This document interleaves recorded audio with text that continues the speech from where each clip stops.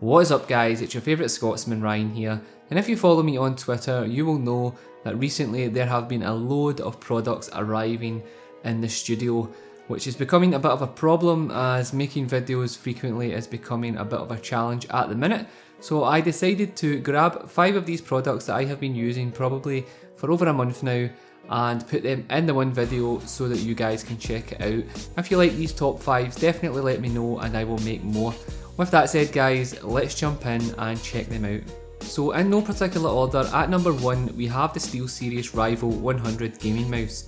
If you are on a budget then I would definitely check this out, as you can pick it up for just over $30 in the US and around £30 here in the UK. For a budget mouse, it has a nice solid plastic build and features RGB lighting which is controlled via SteelSeries engine and can be found on the logo and under the scroll wheel. We also have 6 programmable buttons and an optical sensor, and the mouse has a DPI of up to 4000. So I did use this mouse for a few months prior to upgrading to my Corsair mouse, and what I will say is that it is very light. So if you're not a fan of light gaming mice then I would definitely look elsewhere, but overall it's definitely a winner for me. It also arrives in many different colours so you can go ahead and match it with your setup. As always, all the links to the products will be down below in the description in case you would like to check them out. Next up, I have a product for not only PC gamers but for Xbox One gamers, and that is the Razer Wildcat controller. I use this on my Xbox One daily and have done so for some time now. At $110 or £110 here in the UK, it certainly isn't cheap, but if you are serious about your first person shooters like Call of Duty, then it is definitely worth the investment in my opinion. It may look like an Xbox One controller, but on closer inspection you will see we have 4 extra buttons, and these can be programmed or mapped however you please, and the best thing is that you do not even need software. All the mapping etc can be done on the controller itself and is super easy. It takes literally 2 seconds and you can even go ahead and map this in game if you wish. So why would you want to map buttons? Well, for anyone who doesn't know, what you can do is map things like jump and crouch etc to the rear buttons, which will allow you to jump around and aim and fire while playing games like Call of Duty without having to take your thumb off the stick, which is definitely a massive advantage. So I'm a huge fan of this controller. I get that it's definitely pricey, but if you want to up your Call of Duty game then this should definitely be a consideration. Overall the build quality is solid, and my favourite part of this controller is the PlayStation style D-pad that just feels amazing compared to the standard Xbox One controller.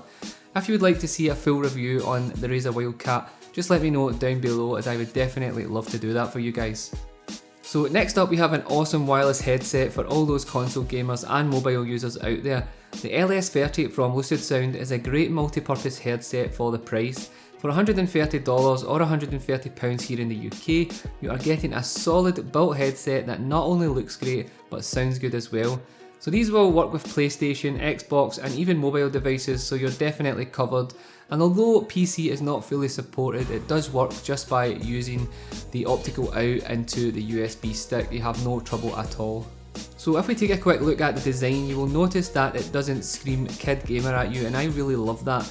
The use of the premium materials like brushed metal and leather just ooze quality. You will have no trouble at all wearing these for long periods of time, as the super soft leather memory foam earpads and quilted headband are just super comfy. And honestly, this is probably one of the comfiest gaming headsets that I have tried in a long time. You can wear these for hours and your ears don't sweat, they don't feel as if they're clamping your head. Overall, they are just super comfortable. So the mic itself is detachable and you can monitor your voice via the headset so you know that you are not shouting, and it even has a built-in LED indicator to let you know when it is muted. So all of the controls for the game volume, chat volume and EQ settings etc can all be found on the ear cups and are well hidden. The audio quality overall is decent, but just bear in mind that these are a stereo headset, so if you are used to Dolby Surround etc, they might not be for you, but LucidSound are going to announce the LS40 probably at the end of next month, and I honestly cannot wait for these. If they have the build quality that the LS30 have, the great price tag and also Dolby 7.1, then they are definitely going to be a winner, and I will definitely be picking a set up, as these are honestly one of the best built headsets for the price that I have ever seen.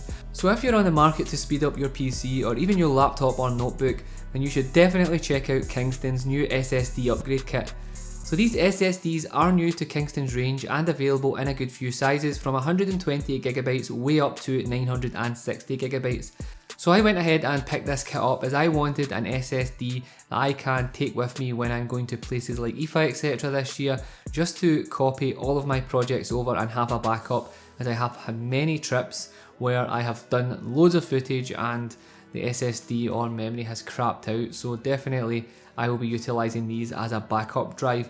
It's a bit overkill for just using as a backup drive, but it will definitely do the trick for me. So the UV400 does have read speeds of 550 megabytes per second and write speeds of 500 megabytes per second, so it will definitely get the job done and do it fast. The beauty of this kit is it can be used as a standard SSD for your PC, or you can go ahead and utilise the included enclosure and use it as a portable SSD. So if you're a console gamer and have the Xbox One, you can also utilise this as an external drive and save your games to it, which will allow for faster loading times etc. So that is definitely something that I may consider when I get back from all my trips.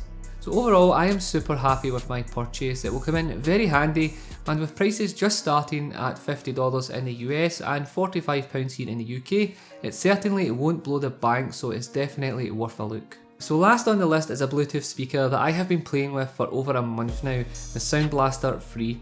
This little beauty packs some serious punch, and it will set you back £54 here in the UK and around $65 in the US. Despite its small form factor, the two custom tuned 40mm drivers and dual passive radiator pump out some serious noise. Design wise, it is very well built and looks very attractive in my opinion, as it features a hexagonal shape which you don't see often, and you can either lay it down flat on the desk or have it standing upward, and you will find controls both on the top and on the rear, so you will have easy access regardless of its position.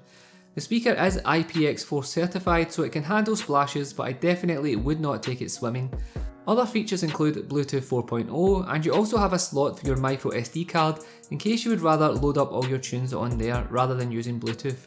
In terms of battery life, I was probably getting around 8 hours of usage at very high volumes, so it's definitely a speaker that you could throw in your bag and take out for the day and not have to worry about it. So that pretty much rounds up the top 5 guys. If you have any questions about any of the products or would like to see a full review of any of them, just let me know down below and I will definitely get on it.